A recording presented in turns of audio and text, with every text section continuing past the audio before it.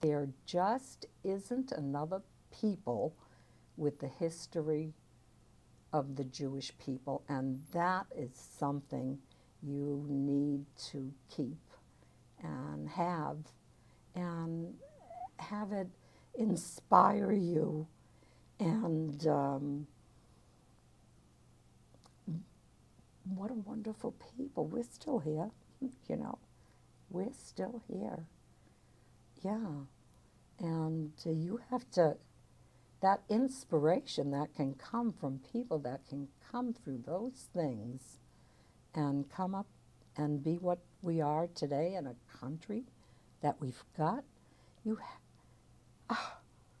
I'm getting chills just to think of that. Just and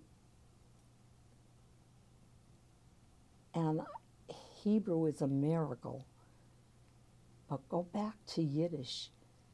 Go back to Yiddish, to our people before Israel was a state, before they could go to Israel.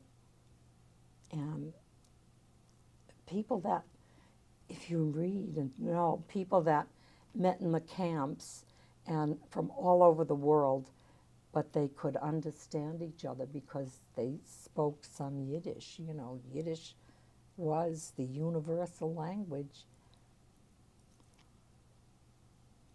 It's just an amazing, amazing history that no one else has. You don't discard something like that. You just don't.